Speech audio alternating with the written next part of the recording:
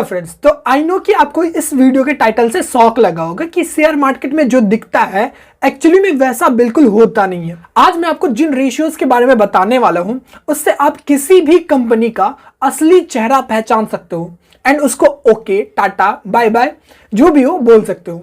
तो चलिए सस्पेंस को खत्म करते हैं एंड वीडियो को स्टार्ट करते हैं। वैसे अगर आप इस चैनल पर नए हो तो टीएस प्रतीक चैनल को सब्सक्राइब कर दो, बेल आइकन क्लिक कर दो। तो चलिए वीडियो को स्टार्ट करते हैं। ओके फ्रेंड्स, तो चलिए आज मैं आपको basically enterprise value, dividend yield and आपको मैं करंट रेशियो के बारे में बताता हूँ। और आपको पता है ये तीनों रेशियो ऐसे हैं जो आपको किसी भी कंपनी का असली चेहरा सामने ला सकता है। इसलिए मैंने ये टाइटल डाला हुआ है कि स्टॉक मार्केट में दिखता कुछ और है एंड होता कुछ और है। तो चलिए मैं आपको सबसे पहले ये करंट रेशियो के बारे में बताता हूँ कि बेसिकली ये करंट रेशियो होता क्या है। तो आपको बेसिकली ये करंट रेशियो यहां से ऐड करना पड़ेगा। यहां से आप सर्च करके करंट रेशियो ऐड कर सकते हो। तो चलिए मैं आपको करंट रेशियो के बारे में बताता हूं। तो बेसिकली करंट रेशियो जो होता है वो basically current asset and current liabilities, यानी कंपनी के पास कितना एसेट है एंड कंपनी के पास कितना लोन है, यानी कितना का डेट है, उसका जो बेसिकली रेशियो आता है वो बेसिकली होता है करंट रेशियो। और ये बेसिकली आज के डेट में होता है कि आज कंपनी के पास कितना डेट है, कितना एसेट है एंड आज कंपनी के पास कितना लोन है। कल जो भी इसका रेशियो होगा ये फिर से दोबारा अपडेट करेगा, बट ये जो बेसिकली है ये आज के बारे में है कि आज कंपनी के पास कितना एसेट है एंड कितना लोन है। तो बेसिकली करंट रेशियो का फॉर्मूला होता है करंट एसेट बटा करंट लायबिलिटीज, यानी अगर एसेट लायबिलिटीज से ज्यादा है तो इसका मतलब सिक्योर है वो कंपनी, आप उसमें और रिसर्च करके इन्वेस्ट कर सकते हो।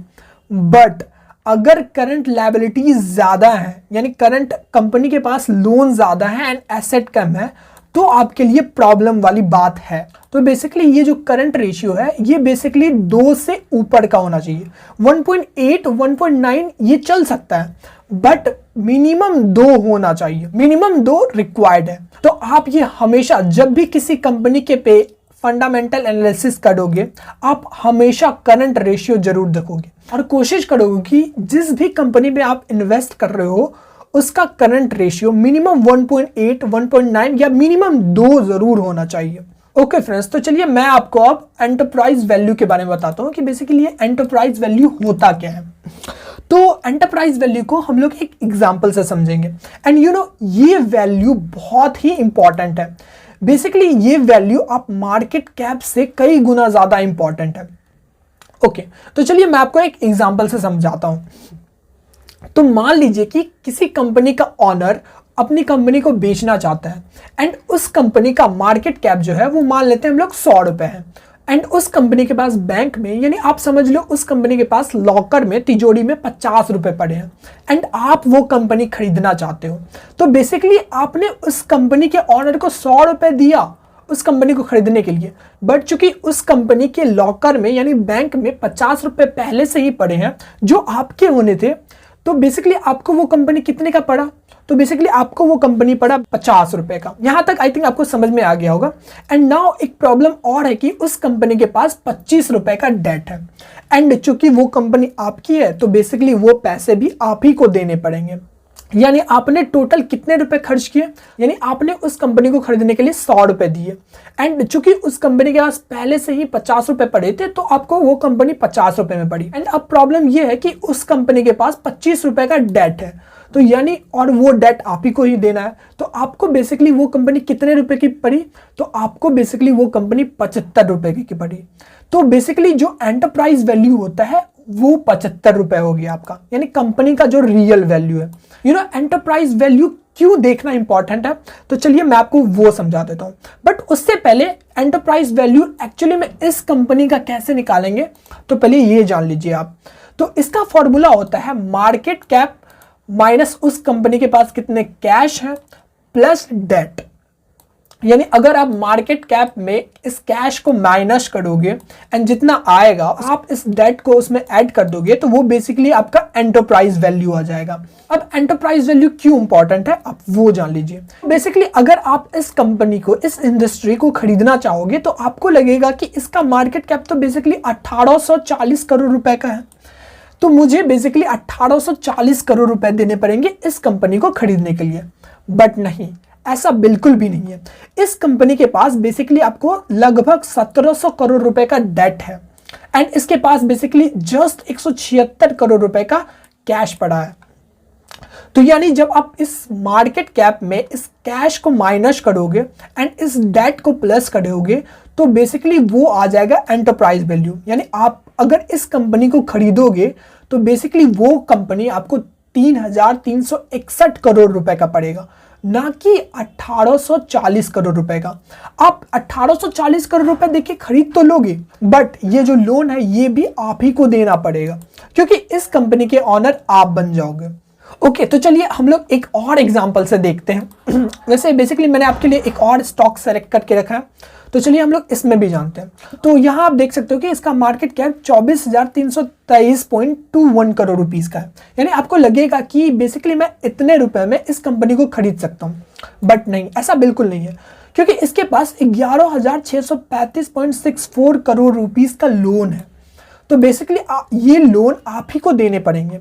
तो बेसिकली ये कंपनी आपको पड़ जाएगा 35,302.13 करोड़ रुपीस का। तो आई थिंक अब आपको समझ में आ गया होगा कि स्टॉक मार्केट में जो दिखता है एक्चुअली में वो होता नहीं है एंड आपको जो होता है वो जानने के लिए आपको सीखना पड़ता है। तो अगर आप इस चैनल पर नए हो तो प्लीज टीएस प्रतीक चैनल को सब्सक्राइब कर दो, बेल आइकन प्रेस कर दो ताकि जब भी मैं ऐसी एनालिसिस वाली वीडियो पोस्ट करूं तो आपसे वीडियो का नोटिफिकेशन मिस ना हो जाए।